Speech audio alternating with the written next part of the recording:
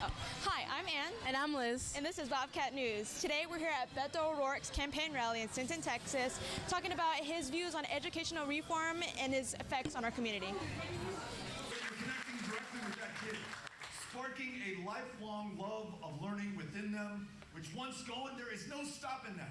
No stopping that kid and what they're going to do in their lifetimes. Each of us probably has a story of that teacher or teachers in our life. For me, 6th grade, Mesita Elementary, Mrs. Strummer, who insisted on calling me Robert.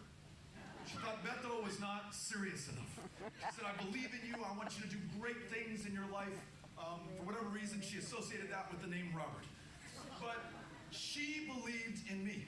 She gave me confidence in myself. She opened up doors that never otherwise would have been opened to me. But for her, I don't know that I would have been able to do some of the things that I've been lucky enough to be a part of in my life. I want to make sure that every Mrs. Strummer out there is paid a living wage, has a retirement to look forward, not one of poverty, which describes so many retired teachers in a state that has not paid a cost of living adjustment since 2005 in the TRS system.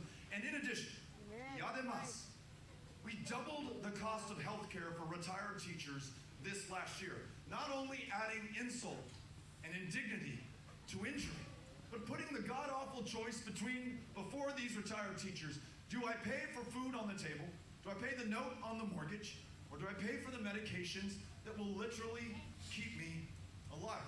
Now, if we value those teachers, if we want to be a just people, and if we want to ensure that your sons and daughters, grandsons and granddaughters will answer the call to public service in those classrooms.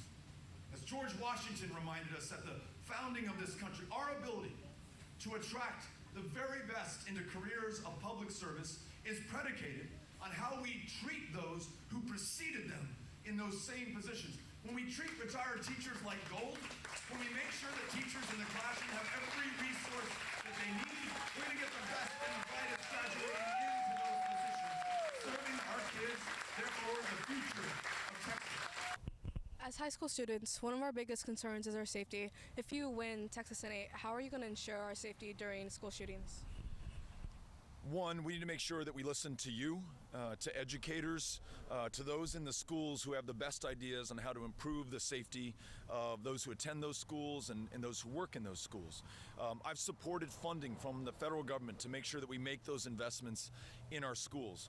But I'm also willing to take the difficult political step, but a necessary one, in making sure that Texas, with this proud history of responsible gun ownership, safe gun ownership, takes the lead on gun safety and reducing gun violence by ensuring that we have universal background checks so that anyone who purchases a firearm goes through a background check so we can make sure that we save more lives of those in our schools, at our concerts, at our public meetings, and in just our day-to-day life.